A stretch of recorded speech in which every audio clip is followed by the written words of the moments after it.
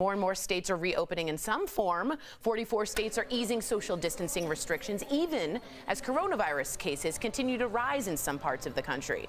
But a large majority of you guys, the Americans, say 64% say reopening is not worth the risk of more lives being lost. That's according to a new poll out today. Meantime, anti-lockdown activist Shelley Luther is now free. Remember, I told you about her yesterday. The Dallas salon owner had been sentenced to 7 days in jail when she refused to close down her business. She's telling Fox News she's not sorry. Let's take a look.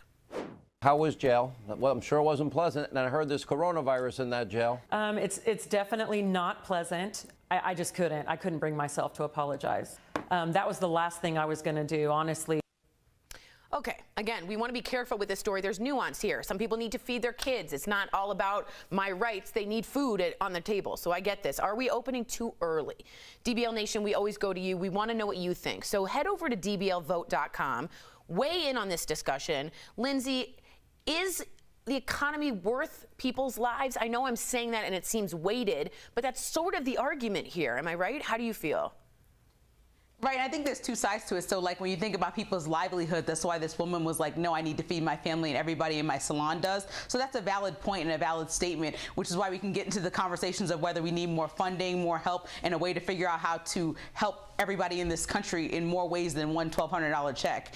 I think that we don't have this under wraps at all, right? We need to look at science, look at real information. We can't just make up when this is going to be over. And so I don't know if we're opening up too soon, but to have a second wave of this, as I always say, is just going to be more detrimental to the economy in the long run. Yeah. Erica, do you have a quick bite on this? Yeah, I'm glad that she was released from jail and they decided that during this pandemic, or ever really, this wasn't a big enough violation for her to serve jail time. I hope that that same line of thinking is applied across the board, especially for people who are ending up in jail for not social distancing during a pandemic when they can't social distance in jail. So let's use this as a precedent that we don't believe that this is a time to be throwing people in jail for inconsequential reasons as in the grand scheme of things, and apply it across the land. I think that's fair. Let us know what you guys think. Do you think maybe we should be arresting these people or fining these people or letting these people go because they have their rights?